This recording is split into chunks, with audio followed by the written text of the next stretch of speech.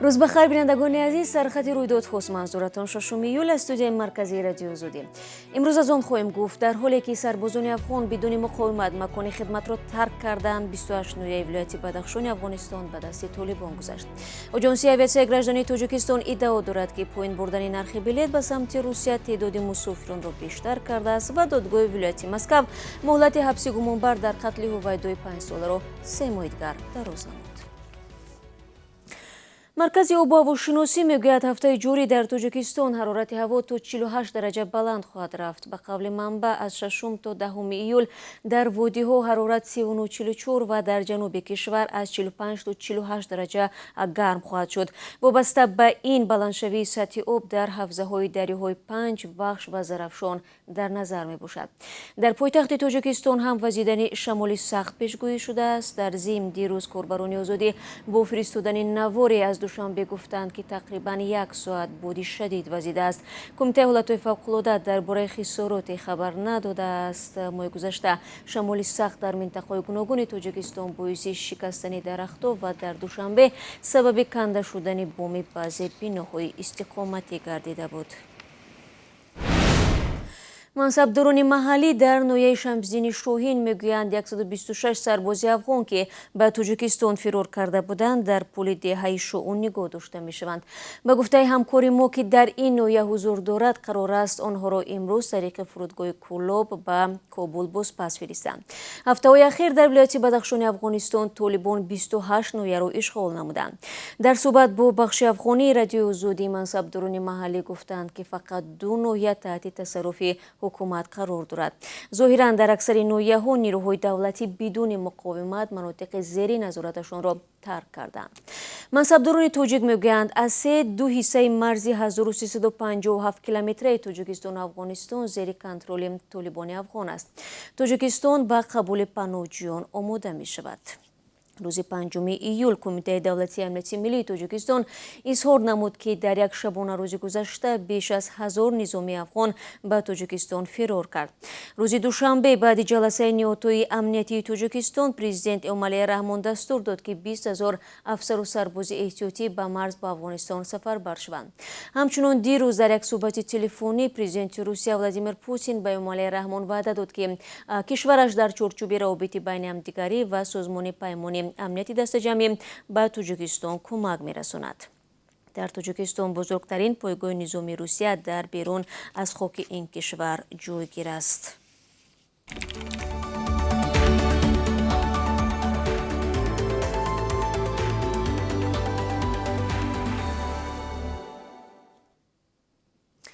انتظار می رود که نیمه دوم ماه اوگوست بسته نوبتی واکسن استرازینیکا در حجم 192,000 وایه به تاجیکستان آورده شود. در این باره نوروز جعفرов، یک مسئول وزارت تندرستی به خبرگزاری خاور گفته است. نوروز جعفرov افزوده است که حال و معرکه امگذرانی ادامه داشته. بیش از 300,000 نفر بر ضد بیماری کووید 19 واکسن گرفتند که بیش از 97,000 آنها را ساکنان دوشنبه تشکیل می‌دهند. هفته گذشته تاجیکستان از امریکا برای دریافت واکسینه های فایزر و مدرنا کمک خواسته بود. تا امروز کشور از یگان دولت واکسینه ضد کووید 19 خریداری نکرده است. 492,000 وایه واکسینه هایی که تاجیکستان از هندوستان و چین وارد کرد رایگان می باشند. وزارت تندرستی تاجیکستان دیروز گرفتاری باز 25 تن به کرونا ویروس و مرگ 2 کس دیگر را از این بیماری تصدیق کرد، ولی نام و نسب و سن آنها را نگفت. در عموم با اطلاع رسمی در تاجیکستان 95 کس جان خود را از دست دادند. منابع غیر رسمی شمار فوتیدگان را بیشتر از این می‌دانند. سازمان روزنامه‌نگاران بدون مرز سروزیر مجارستان ویکتور اربان را برای خط سالانه دشمنان مطبوعات شامل کرد. او اولین رهبر کشور عضو اتحادیه اروپا است که در یک قطار با رهبران شبیه رهبر کره شمالی کیم یونگ اون و پرزیدنت سوریه بشار الاسد جایگیر می شود. سازمان در اظهاراتی که 5 ایول نشر کرد می نویسد اوربان و حزب حاکم فیدس سر از سال 2010 یک قدم به قدم رسانه‌ها را زیر تصرف قرار دادند. дар рӯйхати душманони матбуот пешвои рӯҳонии Эрон Алии Хоманаӣ, президенти Русия Владимир Путин, Александр Лукашенкои Беларусия, раҳбари Чечен Рамзон Қодиров, президенти Тоҷикистон Эмомалии Раҳмон ва раҳбари Туркманистон Қурбонгулӣ Бердимуҳаммадов ҳам шомил мебошанд. додгоҳи вилоятии Москав ҳабси Александр Сёмин муттаҳам дар таҷовуз ва куштори Ҳувайду Тилозодаи 5 соларо то 3 моҳи дигар дароз намуд. Абдусалом Саидов, падари Ҳувайду, ба Радиоозодӣ гуфт муҳокимаи додгоҳӣ дирӯз ва бо ширкати худи гумонбар баргузор гардид. Шавкат Умаров, адвокати хонаводаи тоҷик, гуфта сабаби дароз кардани муҳлати ҳабс ба хатоҳои процессуалӣ марбут аст. Ба ҳамин тартиб мурофиаи навбатӣ 8 октябр сурат хоҳад гирифт. Александр Сёмин моҳи апрели имсол аз беморхонаи рӯҳӣ ба боздоштгоҳи муваққатӣ интиқол ёфт. Куштори бераҳмонаи духтари муҳоҷирони тоҷик ва давоми 3 сол бенатиҷа будани талошҳо барои ҷазо додани гумонбари асосӣ мояи нороҳатии бисёр афроди огоҳ аз ин қазияи мудҳиш шудааст.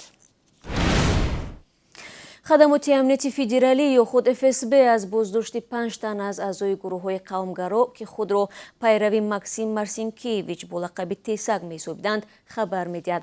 Дастгиршудаҳо тарафдори аз Русия ихроҷ намудани муҳоҷирон ва ташкили низоми фашистӣ буда, варақаҳоро бо муҳтавои экстремистӣ ва истифодаи зӯроварӣ нисбати муҳоҷирон паҳн мекарданд. Ҳангоми кофтуков аз онҳо тапончаҳои травматикӣ, силоҳи сард, китобҳои дорои мундариҷаи экстремистӣ ва қавмгароиро дарёфту мусодира карданд.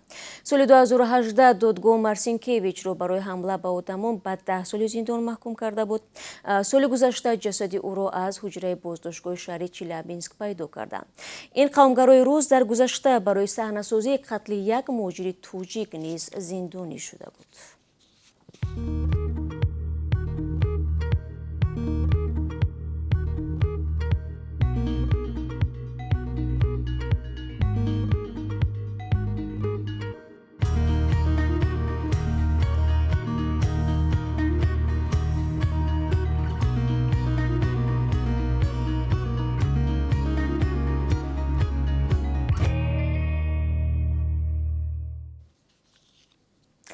шумо сархати рӯйдодҳоро тамошо доред. дар вилояти Калинингради Русия ба шаҳрвандони хориҷӣ ба ҳайси ронандаи таксиву автобус, пазанда, омӯзгор ва мураббия фаъолият намуданро манъ мекунанд. қарор дар ин заминаро волии Калининград Антон Алиханов ба имзо расонда ба муҳоҷироне дахл дорад, ки бо патент кор мекунанд. сабаби чунин иқдом тавзеҳ дода нашудааст. қарори зерин 3 моҳ баъд ба ҳукми иҷро даромада барои 1 сол пешбинӣ гардидааст. агентии авиатсияи граждании Тоҷикистон мегӯяд аз 26 май то 23 июни соли ҷорӣ наздики 81 000 мусофир ба Русия парвоз карданд. Икром Субҳонзода дар матлаби автономияи Тоҷикистон бо овардани ин рақам сабаби афзудани мусофиронро ба поин рафтани нархи билетҳои ҳавопаймо рабт додааст. ба гуфтаи ӯ, ҳоло барои мусофироне ки тариқи парвозҳои мунтазам аз ширкати Сомон Эйр ба Русия мераванд, билетҳо бо нархи аз 4125 сомонӣ то 5638 сомонӣ фурӯхта мешаванд. инам дар ҳолест ки ба гуфтаи мақомдор дар марҳилаҳои аввали барқароршавии парвозҳои мунтазам нарх наздик ба $1,500 амрикоӣ расида буд. ҳамчунин Субҳонзода гуфтааст, ки нархи билети парвози ҳавопаймои Сомон Эйр миёни Тошканду Душанбе вобаста ба рӯзи парвоз аз 1815 сомонӣ то 2296 сомониро ташкил медиҳад. тибқи мушоҳидаҳо, аксари муҳоҷирони тоҷик зимни бозгашт ба ватан аз Русия ширкатҳои ӯзбекиро интихоб мекунанд, зеро мегӯянд нархи билет 50% арзонтар буда, хадамот ҳам беҳтар аст. ирсоли кӯмакҳои башардӯстона ба Тоҷикистон дар моҳи охири баҳори соли ҷорӣ камтар шудааст. бино ба ҳисоби Кумитаи омор, дар моҳи май Тоҷикистон аз кишварҳои хориҷӣ ба маблағи тақрибан $5,600,000 ёрӣ дарёфт кардааст.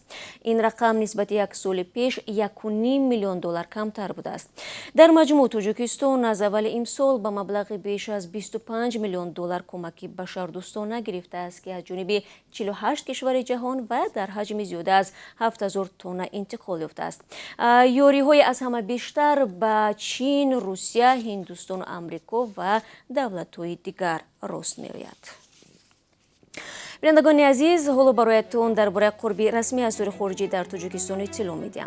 امروز 6 ایول بانک ملی $1.11.32 درهم و €1 13.43 درهم نرخ گذاشته است. امروز قربی 1000 روبل روسی رسای 154 سومونی مقرر گرده است که نسبت روز گذشته 10 درهم کمتر میباشد. دوستان عزیز، این چند خبری تازه بود که تا این لحظه به دست من رسید. از همکاری و همراهی شما سپاسگزارم از آن. فردا من در همین وقت با خبرهای تازه شما را منتظر خواهم بود. خود را احتیاط کنید و خدا نگهدار.